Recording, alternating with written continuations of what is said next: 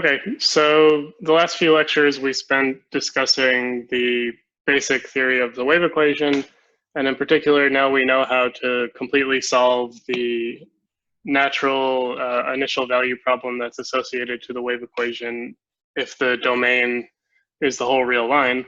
And so in future weeks, we're also going to consider variants of this problem when you're looking at a smaller domain, maybe like a fixed interval. And we'll also maybe later on in the semester talk about the wave equation in higher dimensions, for example, in dimension 3, which behaves maybe a little bit differently, dimension 2 and 3. So the theory is, there are some similar ideas and some analogies between the one-dimensional wave equation and the more complicated 2- and 3-dimensional equations, but there's many more new difficulties that arise. So it's an interesting theory in its own right. We'll have to see how the semester goes and how well we keep up to pace with the standard syllabus. But okay, so for today though, we're going to now turn to the second major equation, which we introduced last week, and so this is the diffusion equation. And so in particular, what we're going to begin by doing is studying the theory of the one-dimensional equation. Just as we did with the wave equation, right? You have to start with the simplest version of the equation that you can, and so usually one-dimensional problems are a lot simpler than 2 or 3 dimensions. And so, right, so what is the one-dimensional equation? Remember, it looks a lot like the wave equation, except you only have one time derivative. So it's of the form derivative of u with respect to t is some number k times second derivative with respect to x. And this is just some constant, which is related to the various physical properties of the diffusion phenomenon. Right, and so in particular, this is a first order equation in time, which is the main thing that distinguishes it from the wave equation, right? And so you would think, okay, well, this is a first order equation in time. Maybe it's, since there's fewer derivatives, maybe it's easier to solve and easier to understand than the wave equation. And kind of paradoxically, this turns out not to be the case. And so the diffusion equation is actually much more complicated to analyze in one dimension than the one-dimensional wave equation is. So in our last Zoom meeting, I pointed out that one of the reasons for this is that, right, remember for the wave equation, the differential operator that's associated to the equation had this nice structure where you could factor it as a product of 2 first-order operators. And so you can't do that for this equation, right? So right, let me just write this as a little note. You can't factor as you could with the wave equation.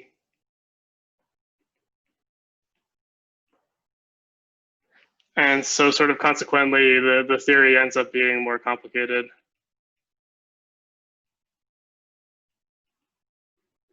And so in fact, it's going to actually take us several lectures before I even give you a formula for the solution.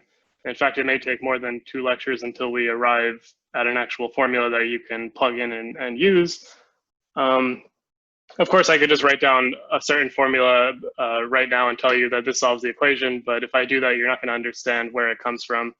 So I mean, if you want to like jump ahead in the book and look at what the formula looks like, you'll see very quickly that you'll hopefully agree very quickly with what I'm saying, right? We need to spend a bit of time discussing where this complicated formula will come from if you've seen it before. And so we're gonna during the course of the analysis of solutions to the diffusion equation, we're gonna notice all sorts of behavior that is different from the behavior that we observed with the wave equation. For example, remember from the last lecture, we saw that any solution to the wave equation is governed by this principle of causality, which basically says that the waves, sort of the domain where the solution is, actually, no, so a better way of describing this is just that the solution can only travel at speed c, right?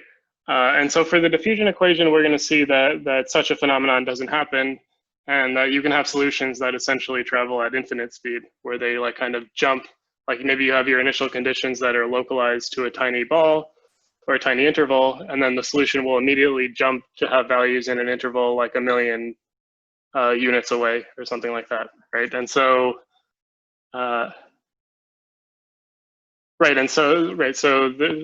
are a variety of other things like this that we'll encounter that kind of distinguish this equation from the wave equation. And this should be surprising because all we've really done is just look at one time derivative instead of two time derivatives. Otherwise, the equations kind of look, if you don't know too much about the theory of PDEs, they look kind of similar. So this should be surprising. And so what we're going to do first is just try to better understand some important properties of the diffusion equation. So properties that we can derive just from the PDE without necessarily even trying to solve it. So we'll begin by analyzing important properties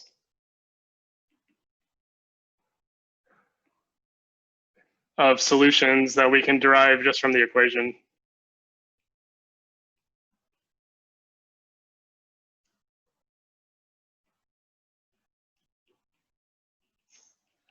Right, and so we're not going to actually, in this lecture, write down any explicit solution. We're going to talk about results of the form, like suppose you have a solution to this equation, what properties does this function have, right? And so this is not like sort of a vacuous thing. These properties are going to help guide us towards what a solution has to look like, one, and two, in the future, once we know how to find solutions, these properties will give us extra information that will help us actually analyze those solutions and things like that. So this is still like still sort of a series of important topics related to this equation.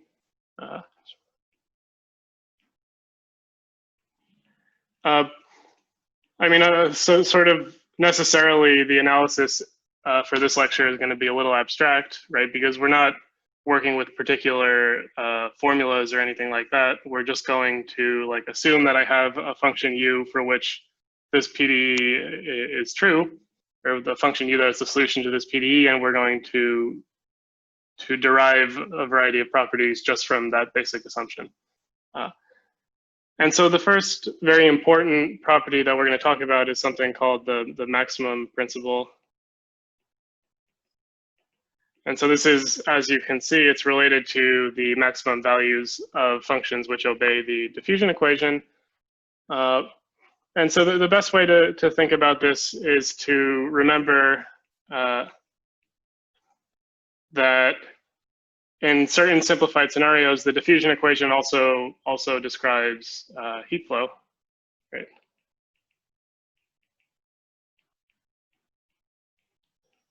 At least over some like uniform metal, maybe.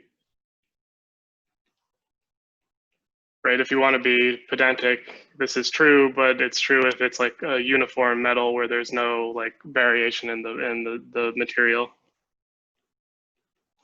Right, and so one way to think about this is, well, let's imagine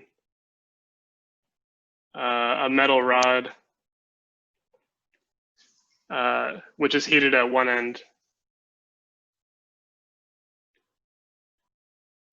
Right, and so let me try to draw this. I have something like this.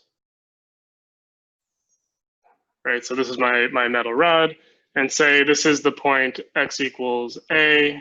Right, so it's going in the x direction, and say this is the point where x is equal to b. And suppose I have a heat source at x equals b. Right, so I'm heating the rod at one end. Right, well, what's going to happen over time? The heat is going to flow to the left. Right, and so maybe initially there's going to be a lot of heat over here, and then it's slowly going to start spreading to the left. And as time evolves, the whole rod is going to heat up, and eventually the left, I mean, at the beginning, when x is equal to a, that point is cool. As time evolves, you're going to want to, let's say you're touching that, you're going to want to move your hand away from it because it's going to get hot, right? And so the way you can describe this is, well, let's define a function u of xt is the temperature of the rod at point x and time t.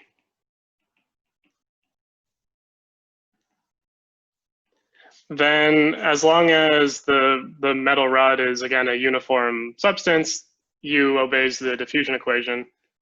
So UT is equal to K times UXX. And so K is related to the material, some physical property of material, like the heat conductivity or something like that. So mathematically, it's just a constant, so it doesn't matter too much for our analysis because constants behave well with respect to derivatives. Right, and so what is the maximum principle? Well, let's consider the picture here. So we have the heat source on the right side. So you would expect that the hottest point in the metal is always going to be when x is equal to b. On the other hand, especially when time t is near the origin, or t is near 0, the left-hand endpoint when x is equal to a is cool, right? There's no heat source there. And so you would expect that the left endpoint appears to be the coolest point in the rod. And so this turns out, we're going to see that this is an example of two things. One is this maximum principle, and then there's an analogous version for minimum values. Right, so let me just now write this out. Right, so note that the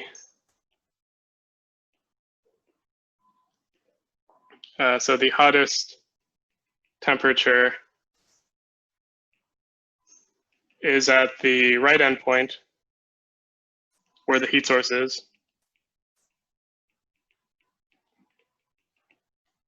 Right, so this is where your heat source is. And the coolest temperature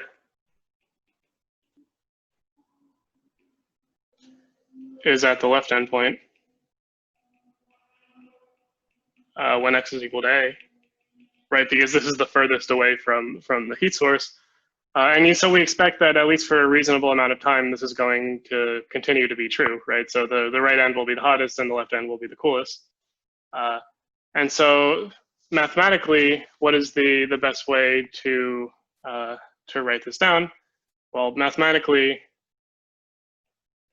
this is a statement that's related to the maximum and minimum values of the temperature function, right? So what does the first statement say? That the hottest temperature is at the right endpoint. It says that if I plug in x equals b, that this is the largest value of my function as I vary x. And so this is the maximum of u of x comma t for x between a and b, right? Because that's my domain. Right, so x equals b is the hottest point. And so we also had an observation about the left endpoint, which was the coolest point. And so this means that the temperature is the smallest when x is equal to a. And so mathematically, that means that this is the minimum, you achieve the minimum value of u. Right, so when x is equal to a, this is the minimum over the domain of my temperature function. Right?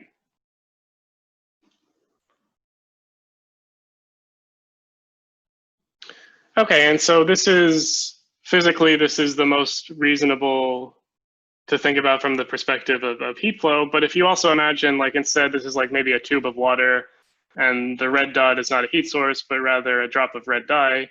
I mean, the dye is going to move to the left in a similar manner as we expect the heat to move to the left. And so you would expect maybe since the partial differential equations that describe this phenomenon are essentially the same, you would expect that for the diffusion equation, there should be something similar going on. And so this is what we're going to spend now the majority of the lecture talking about more precisely. So this is, right, so this is, I'm going to now introduce something that's called the, I'll put this in quotes, the weak maximum, or sorry, in parentheses, the weak maximum principle. Turns out there's a slightly stronger version of what I'm about to write down, which I'll maybe discuss a little bit later on. And so what is the maximum principle in our case? Well, let's suppose you should think about the picture and the toy example we just looked at a minute ago. So let's suppose u of xt is a function that solves the diffusion equation.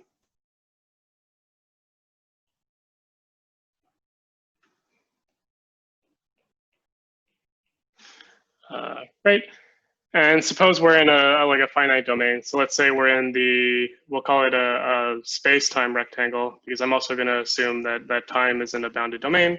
So let's say we're in the space-time rectangle where, say, x is between 0 and some number L, and time is between 0 and some big capital T, right? So we're not going to let time go on infinitely, right? Okay, and so what is the maximum principle? It's essentially this statement we saw up here, which is the statement that the maximum value of the function has to occur on a boundary point. Right, so let's see this. So the maximum value of the function u of xt is assumed either initially, right? So the first possibility is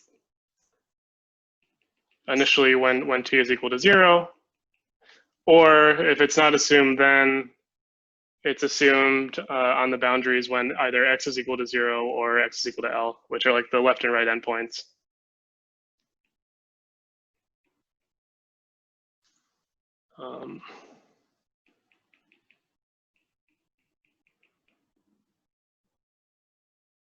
Right.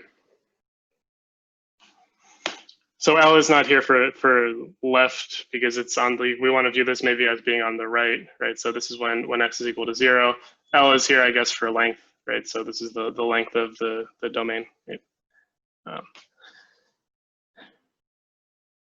Okay, and I want to like point out that when I say what do I mean by the maximum value of u, I mean if I vary x or t, like what is the largest that the function, the value of the output of the function can be, right? So it's for over any choice of x or t, right?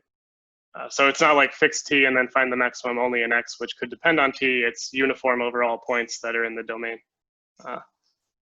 Right, and so the conclusion is that if I'm looking at a solution to the diffusion equation on this bounded space-time rectangle, then the maximum value has to be attained either when t is equal to 0 or on the endpoints for x. And so this is best understood by drawing a picture. So let's look at space-time. Right, so that's my time axis, and this is my x-axis. And so the bounds for x are between 0 and L, which is, say, up here. And the bounds for t are between 0 and some capital number t. And so, well, look at what I have in these 2 bullet points. So I'm saying that the maximum value could possibly be attained when t is equal to 0. When t is equal to 0, that's just this line here that I'm drawing in red. And it can also be attained when x is equal to L. So that's this line over here, or when x is equal to 0, which is the line on the t-axis. And so the statement is that the maximum is attained on one of the red lines, which are boundary lines.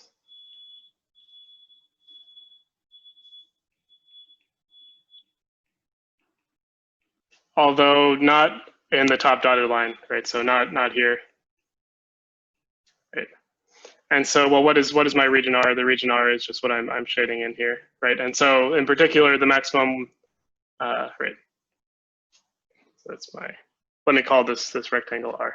Right? Okay, and so why is this the weak maximum principle? Well, it turns out that it's something slightly stronger is true, which is that you can prove that the maximum value actually cannot be attained inside the interior of the rectangle and has to actually only be attained on the red boundary. So notice what this theorem says, the weaker version, is that it guarantees that there's some point on the boundary where the maximum is attained. That's not the same thing as saying that the maximum can't occur also in the interior, right? It could be that maybe the maximum is attained in the interior and also on the boundary, which this theorem allows. So what the strong maximum principle says is that it can only happen on the boundary. And so this is something that's true, although it's harder to prove. So we're not gonna prove the stronger version of this in our class. So maybe if you take a more advanced class later on, you'll see the proof of this.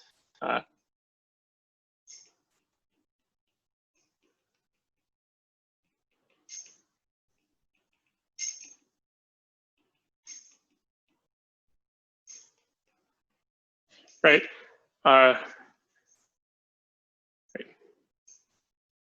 And so let me just add a comment that the proof is beyond the scope of our class, so proof is too difficult. But what we will do is prove the weaker maximum principle, right? And so the vast majority of the rest of the lecture is just going to be the proof of this result. Right, okay.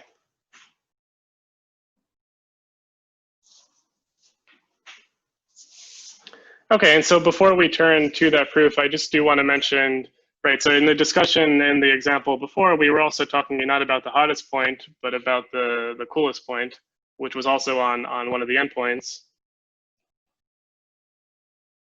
And so this point is related to minimum values, remember, of our function. And so it turns out that there's an analog of this theorem, which involves minimums rather than maximums. And the statement is essentially the same, right? So I just want to add this as a remark before we turn to proving the maximum principle.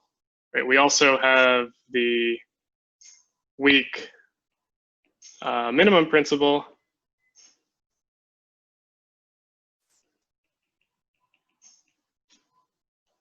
Which says that not just the maximum, but the minimum value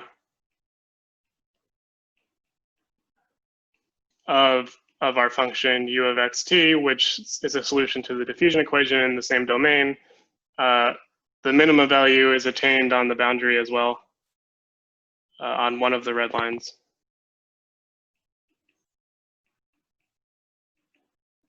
Right.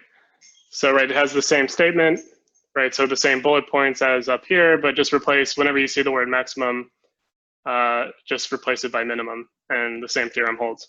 Right, so both the maximum and minimum values of the solution U have to be attained on one of the red lines is the result.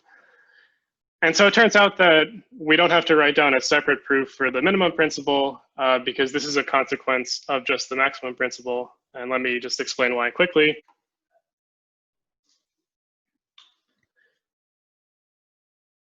Right, so let's explain why the weak minimum principle is a consequence of the strong minimum principle. Right, so we're going to now prove, assuming the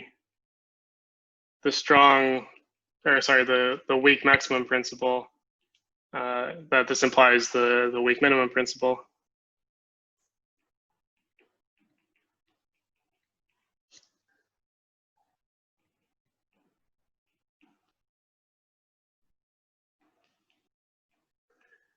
And so it's really going to be a very quick argument. And so the idea is just, I guess, a relatively common trick. And the trick is the following. So let's suppose that I have a point, say, x naught comma t naught, which is a minimum for my function u of xt. And so what does this mean? This means that if I look at my solution u at this point, that this is always less than or equal to u of xt for any other point in the rectangle, right? Remember, we're focusing only on this space-time domain R. Okay, well, what I'm going to do is just multiply this by -1. So if I look at minus u, then this is always bigger than or equal to negative u of xt, and this is still for any point.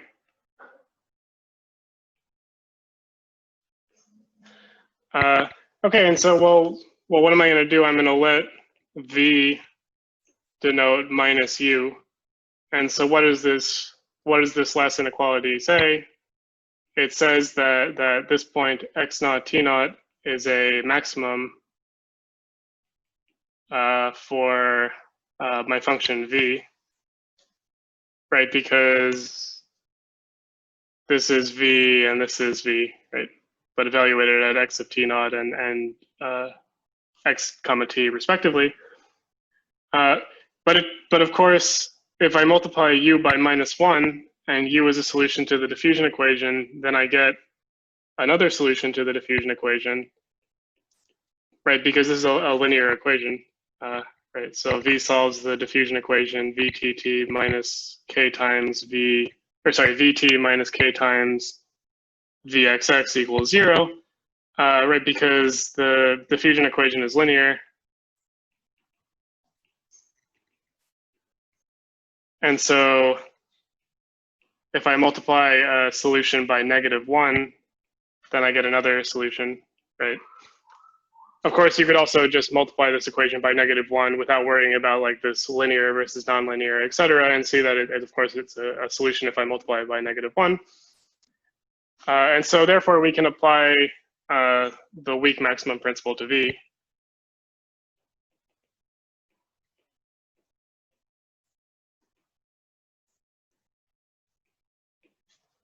Right, and so if we apply the weak maximum principle to V, this implies that this point x naught t naught is on the boundary.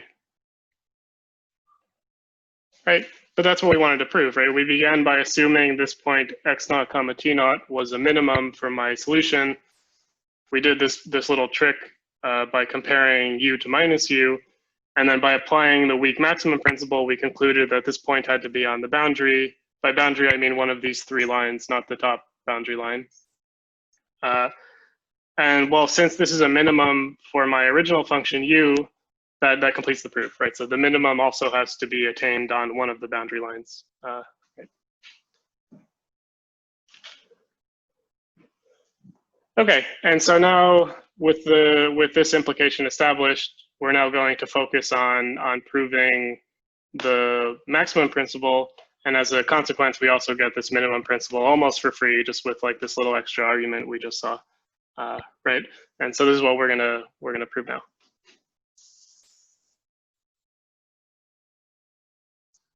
Okay. And again, I'm gonna stop writing weak over and over again, but this is the weak maximum principle.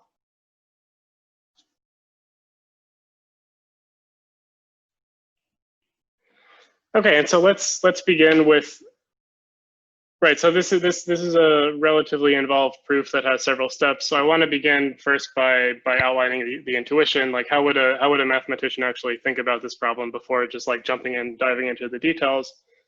So the intuition is the following, right? Well, suppose I have a maximum point, which is in the interior, right? This is the situation we kind of want to avoid, right? Where I remember we have the boundary of our rectangle, say this is the boundary, and then R is in the interior here. And we want to show that the maximum is on one of the three red lines. Well, let's suppose that this point is not on one of the three red lines, and suppose it's in the interior. What does it mean that it's in the interior of the rectangle? It means I can perturb it by a little bit and still stay in the interior, right? This is true as long as you're not on the boundary line. And so therefore, well, we expect that since it's also a maximum, we have some results from calculus about things being in the interior, right? So since x naught t naught is in the interior, the idea is we expect certain derivative tests that you may remember from Calc 1 to apply.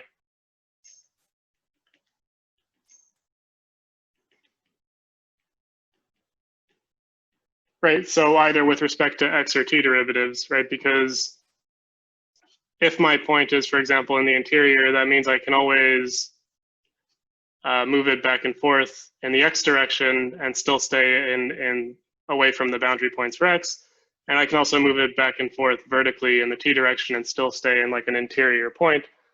And so if you remember from calculus, if a maximum value is attained in an interior region, well, one, if I take a derivative, then the derivative has to be 0 at the maximum. And so in particular, if I take the time derivative at this point, well, this would have to be 0. This should be 0, right? Because it's a maximum if I vary t, right? Right, so if I change t naught to some other point, the value decreases, and so right, it's like a maximum. And also, if I consider the second derivative test, but use the second derivative test for x, remember that for minimums, you expect that the second derivative is negative, right? Because it should be concave down. Right?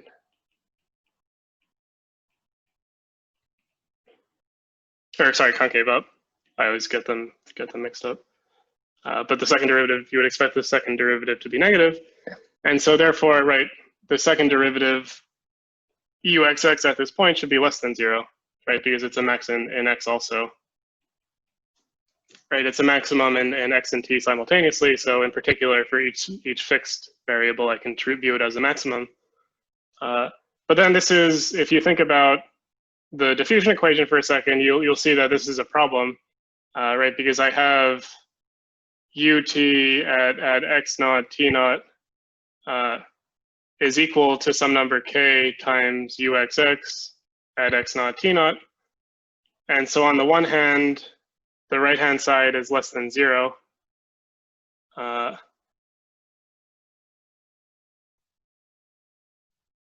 Right, or well, so if k is positive, right? And otherwise, if k is less than or equal to 0, then this is then they're both negative, so this is positive, right? And so, well, we're assuming k is not 0. So let's say if k is negative, then the sign will reverse. So this is bigger than 0. On the other hand, both cases lead to a problem because this is equal to 0, the left-hand side, right? And so you cannot have 0 is bigger than 0 or 0 less than 0, both contradictory, right?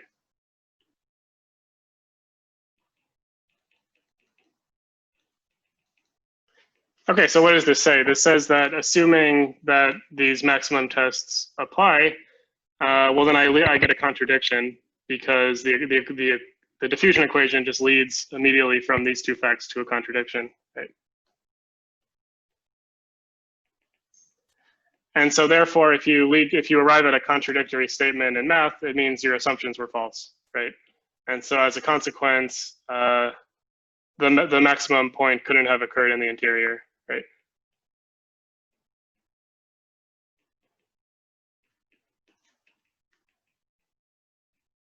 And so it must be on the boundary.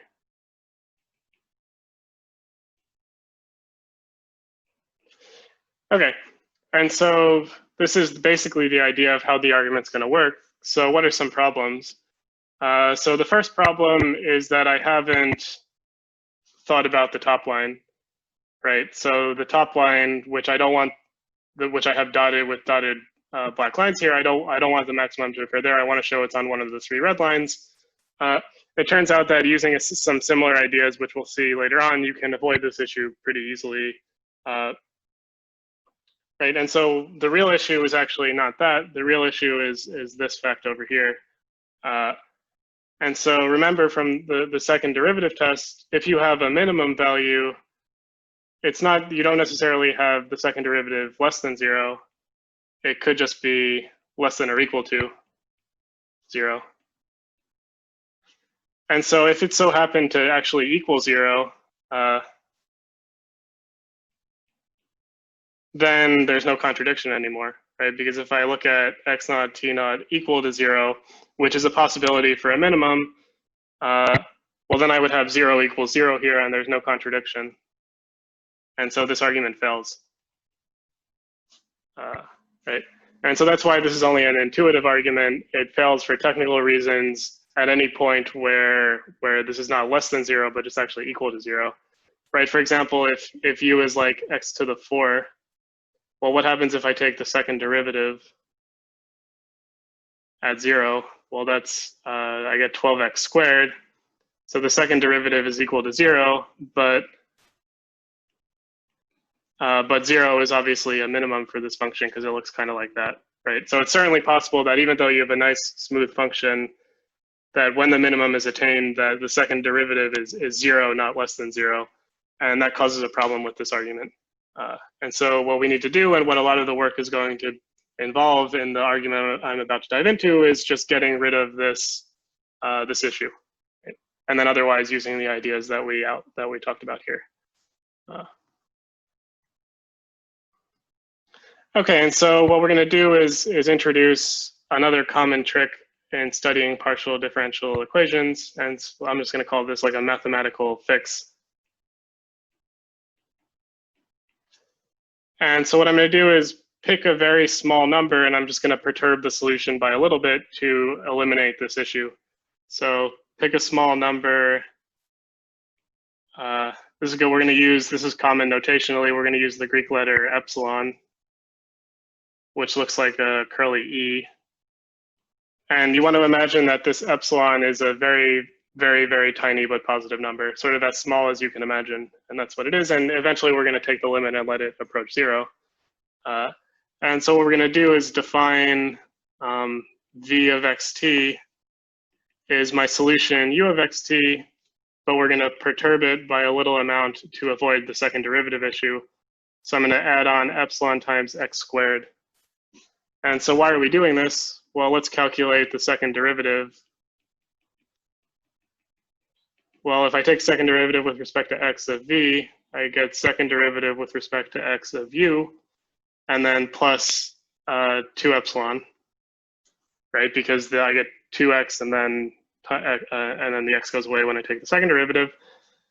And so suppose that uxx at our point is equal to 0, then, well, this derivative is no longer 0, right? So it's equal to 0 plus 2 epsilon, which is 2 epsilon, which is positive, right? And so this avoids the issue over here where actually the second derivative could have been 0, not negative, right? And so why doesn't this immediately solve the problem? Well, the issue is that v is no longer a solution, right? So it's not so important that it's positive versus negative, because remember, we had both cases handled here in the blue. The main issue was the possibility that it could be 0, which then would no longer cause a contradiction, right? So that's not a problem here. We know that it's strictly positive. The issue is that v is no longer a solution to the diffusion equation.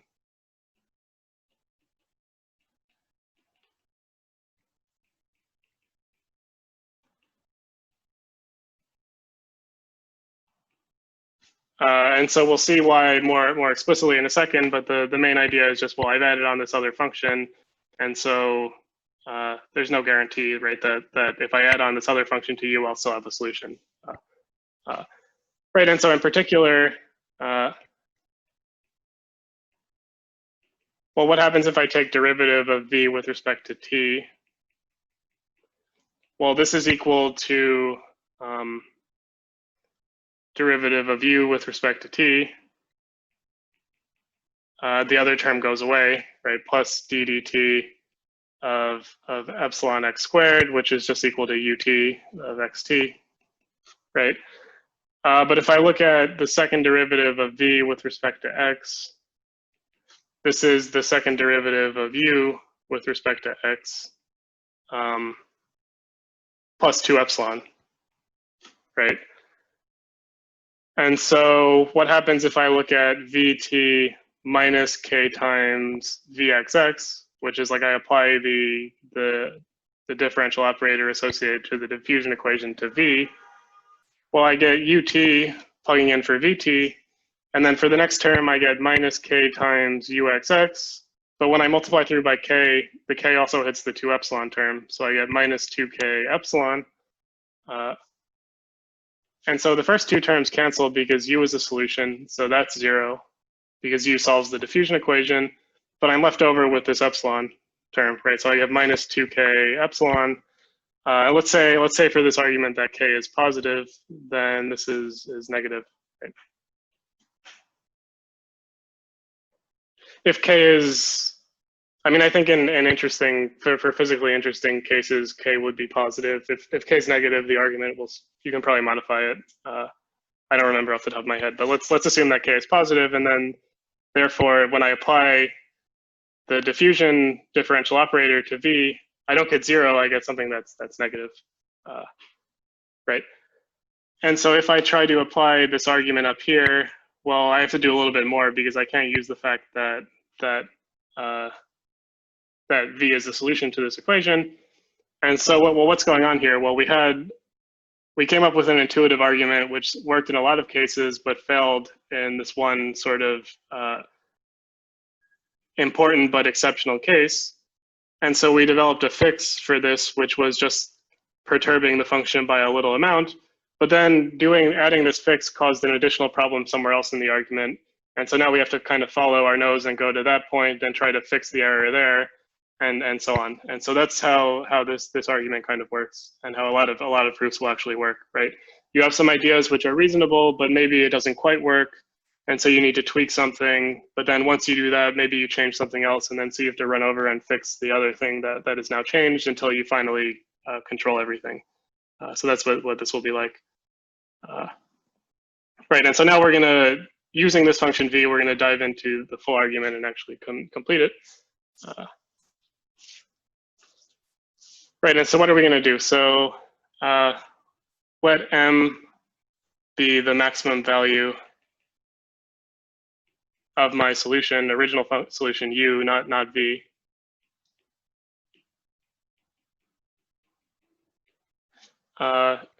In the rectangle R. So we're assuming that our function u is continuous. And so remember that for continuous functions on bounded and closed domains, there's always a maximum. This is the extreme value theorem, right? That guarantees that the maximum exists. And in fact, actually, we don't want it to be just in the rectangle. We want it to be in the boundary of the rectangle. The extreme value theorem still says that it exists. Right, and so just reminding us where we are, right? So I have these red lines, right? So this is where x is equal to 0. This is where x is equal to L. And here going up in the t direction, this is where t is equal to capital T. And so my rectangle is the interior of this region, and I'm going to let m be the maximum value on one of the red lines. Right, so not just the boundary, but the red boundary. So the maximum on one of these three lines. And so what do we want to show? It suffices to prove that if I pick any other point, for example, maybe a point xt up here or inside the rectangle, right? It could be on the dotted line also. If I take any point in R, then u of xt is less than or equal to m, right? Because what is m? M is u of evaluated at some point x naught t naught on the red boundary. And so then we would be done, right? Because I've shown that there's some point on the red boundary, which is where this value m is attained. And then this value m is always bigger than or equal to every other point, meaning that the maximum of uxt is less than or equal to this point, and where x naught t naught is on the red boundary. Right, and so that's what we want, right? So it suffices to prove this fact. And so what we're going to do now is introduce the function v from before. I'm going to introduce v of xt is equal to u of xt plus epsilon times x squared. The reason we're introducing this function, remember, is to avoid this issue with the second derivative test. And so what I'm going to claim is, well, I'm not going to show that v is less than or equal to m. I am going to show that v of xt is less than or equal to m plus epsilon times L squared, where remember L is the endpoint in the x direction. And so, well, why am I trying to prove this? Well, let's assume that we've done this.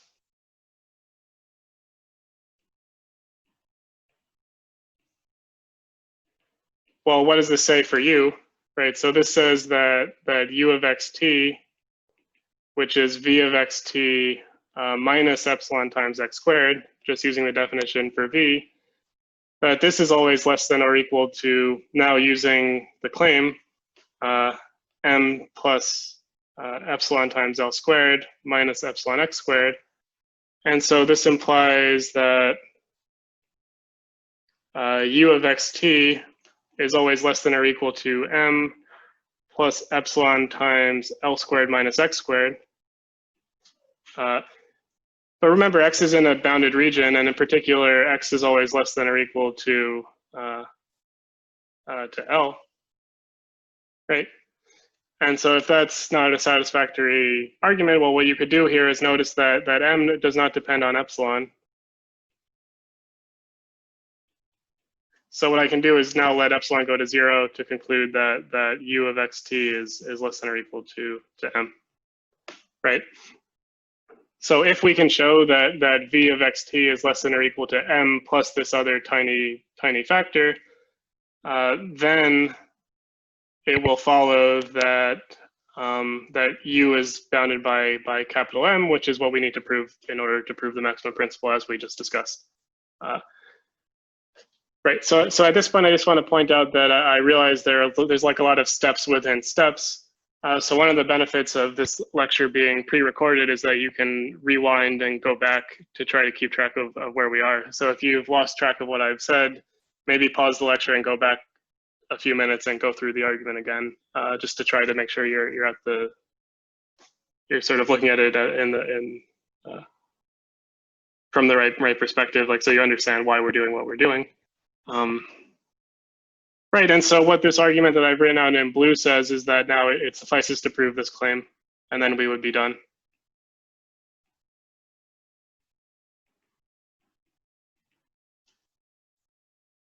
Right, so now the goal is to show that this new function v, which is a perturbation of u, is bounded by m plus epsilon times L squared.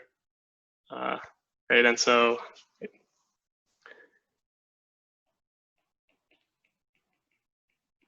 at this point, it may not be clear exactly how to proceed. So it's often helpful to collect what we so collect facts about v that we know.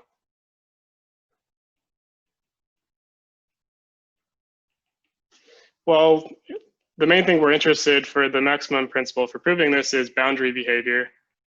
So let's look at different values of v on values of v on the boundary, right? And so, okay, well, what are the different boundary points? Well, I have when x is equal to L, when x is equal to 0, and also when t is equal to 0, right? And so let's first plug in v when x is equal to 0. Well, this is equal to u of 0 comma t, right? So this is the point 0, plugging in the point 0t, plus 0, right? Because I've set x equals 0.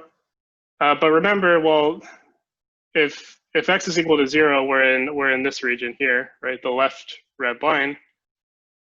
And so, well, I know that on this line that u is always less than or equal to m, right? Because m was the largest possible value on one of the boundary lines, and this is one of the boundary lines. And so this is always less than or equal to m, right? So this is by the hypothesis on m. And now let's look at some similar estimates for the other boundary points. Now let's look at the case when x is equal to L.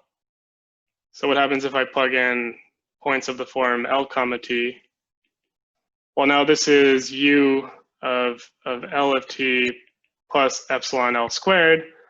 So once again, the u term is smaller than m, and then I just get this other extra term, m plus epsilon L squared, again using the hypothesis on m. But that's okay because I'm trying to prove that, right? And so this shows that I know it for one of the boundary lines. And then finally, we need the case when t is equal to 0. So the third remaining boundary line is when x is arbitrary, but t is 0. And so if I look at this, well, then I have v of x comma 0, which is u of x comma 0 plus epsilon x squared. And so once again, since now we're on the boundary line, we're on the bottom line, So we know that here U is still bounded by M. So this is less than or equal to M. And we'll notice that X is always smaller than L, right? Because it's between 0 and L. And so epsilon times X squared is always less than or equal to epsilon times L squared. And so the conclusion is that on the boundary lines,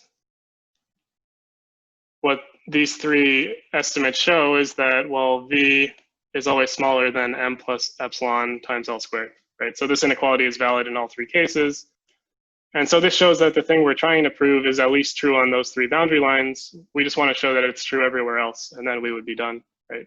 So we've shown that the claim is true on the three red lines, just using basically the definition of these lines and the hypothesis on M. And so now we want to show it's true for every other point. Right? And so this is our boundary behavior information. And so the other important piece of information is the differential equation that VT satisfies. And so remember, we showed that if I look at VT minus K times VXX, that this was equal to negative 2K epsilon, and we're assuming this is negative, right? We saw this right up here, right? Right, and so this shows that while V may not be a solution to the diffusion equation, at least when I apply this differential operator, I get something that's always negative, which will help us.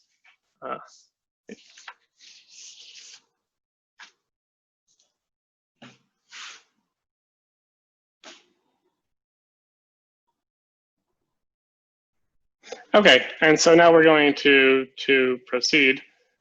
And so let's assume, right, we're looking for maximum values of V. So let's assume that there's some point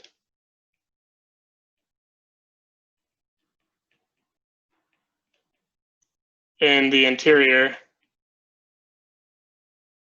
of the rectangle R, say X tilde, T tilde, where V attains its maximum.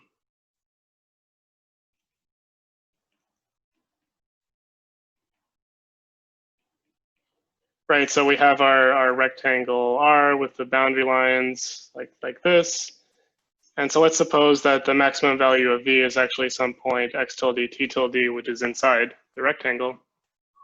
Well, now we're going to do a version of this intuitive argument from the beginning and rule out this possibility. So we're basically just going to do this argument again,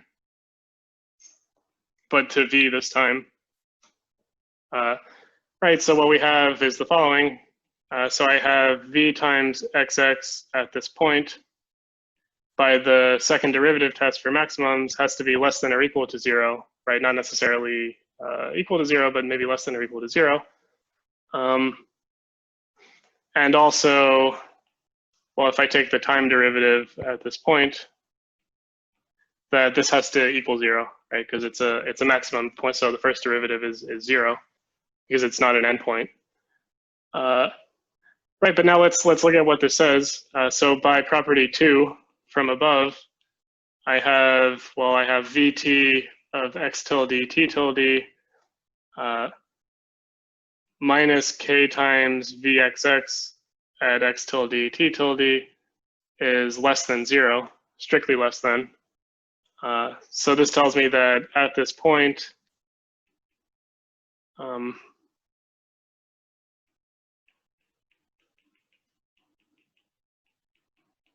right, that VT at X tilde T tilde is less than this. But now let's plug in what we just found. So this is less than or equal to 0 because of this property. On the other hand, the left-hand side is equal to 0. But I have a strict inequality here. So this says that, let me circle it so that it's not confusing. So this says 0 is less than or 0, which is a contradiction, right?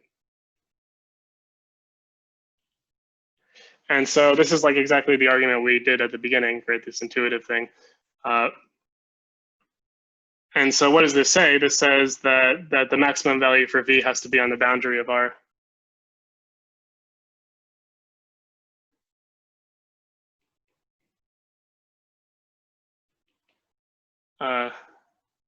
So is attained on the boundary.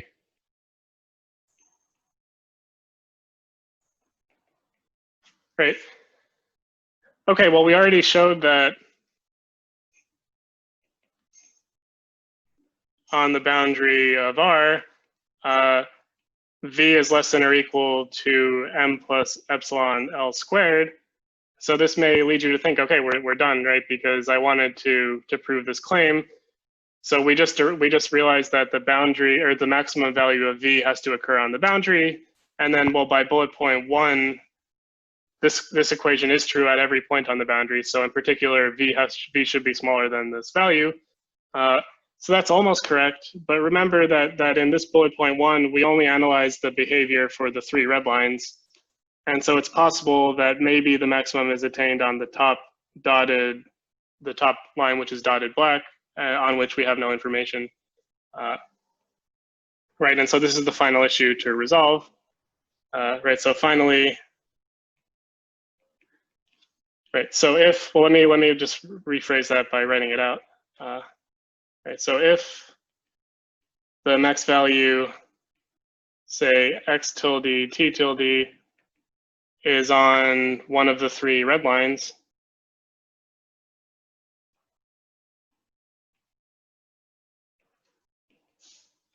then we're done, right? Because, well, since it's a maximum, that tells me that for all points x comma t, which are in the rectangle, this is less than or equal to, by definition of maximum, v at x tilde t tilde. But if it's on one of the red lines, then bullet point 1 is actually valid.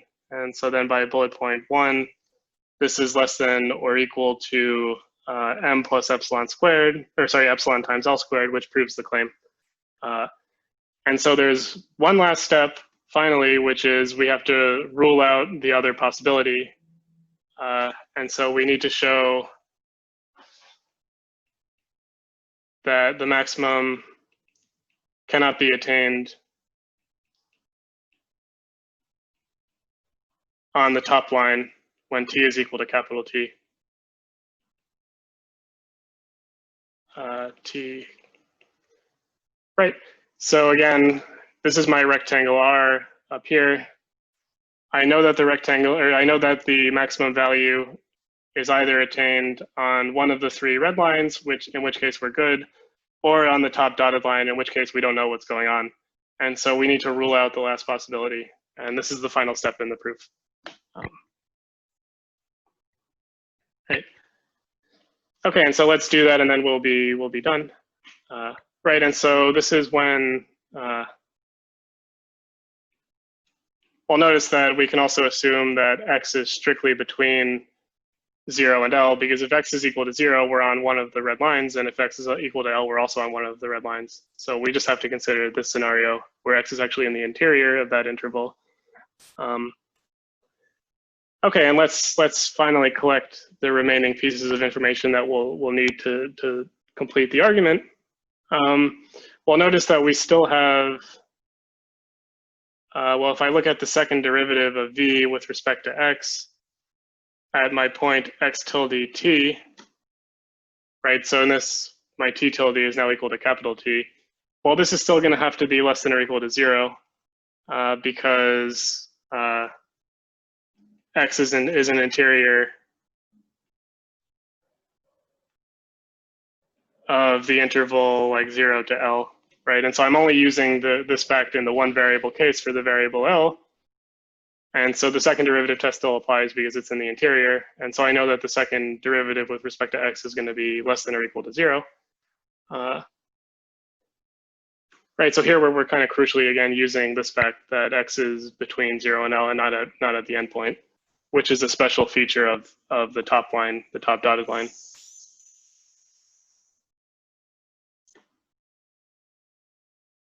Okay. And then, okay, what else do we, right? Well, so let's suppose that this is the maximum value. So I have v of x tilde t tilde, or capital T. Well, that means if this is the maximum, if I, like, say I drop t by a little bit, that this has to be bigger than or equal to, like, say t minus some h, where h is just some small positive number. Right, and so again, this says that if I reduce t by a little bit, Or geometrically, like say this is x tilde t, I just drop it to x tilde t minus h. Well, then my function can only decrease or stay the same since the left hand is the maximum, right? And so what does this say? Well, if I move the right-hand side of this inequality over to the left, I get 0 is less than or equal to v of x tilde comma t minus v of x tilde comma t minus h. And so if I divide both sides by h, I preserve the inequality since h is positive. But the right-hand side should remind you of a difference quotient, right? So if I take the limit as h goes to 0, this tells me then that on the right-hand side, I'm going to get, well, this is the derivative with respect to t, right? At t, and then this has to be bigger than or equal to 0, right? And so it turns out that since we're on the top line, we have the special feature of being able to perturb the t value, and so we can recover the, we can almost recover the derivative, the t derivative property that we used previously, right? And so now let's finally combine 2 and 3 points 3 and 4.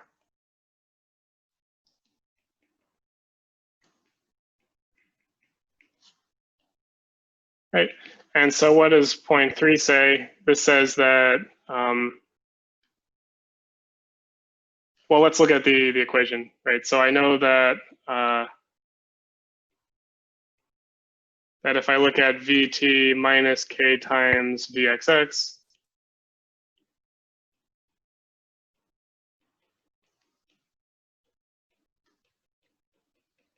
as we saw before previously, remember this has to be negative, strictly negative, right? So this is less than 0. Right, so this tells me that vt at x tilde t, or sorry, times k minus k times vxx. This is strictly less than k times vxx at x tilde t.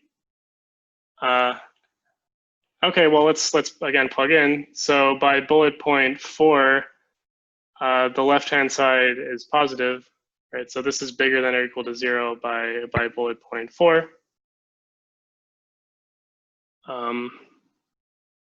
Right, there's just this fact over here, which is bullet point 4.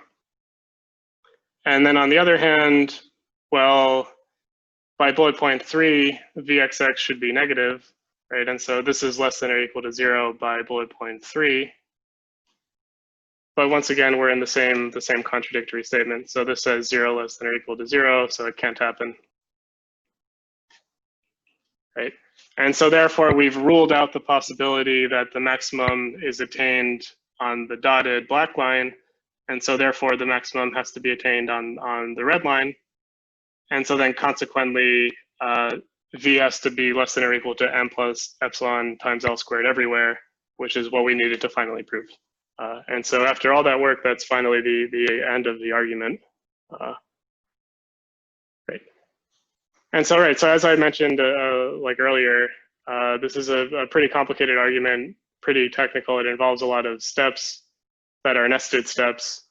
And so you should take advantage of the fact that this is a pre-recorded lecture to make sure you like rewind when you get lost and try to keep track of where we are at each step. I'm not going to ask you to reproduce anything like this on a homework assignment or on an exam, but it's important to at least see this argument and learn it and absorb it because, right, I mean, this is like a 400 level math class where we want to talk about why things are true, not just like, if I just tell you the maximum principle and you have no like idea of where it comes from, like have you really learned it or not, right? So we're trying to go into more detail to prove at least prove things when we can. All right, so that's it.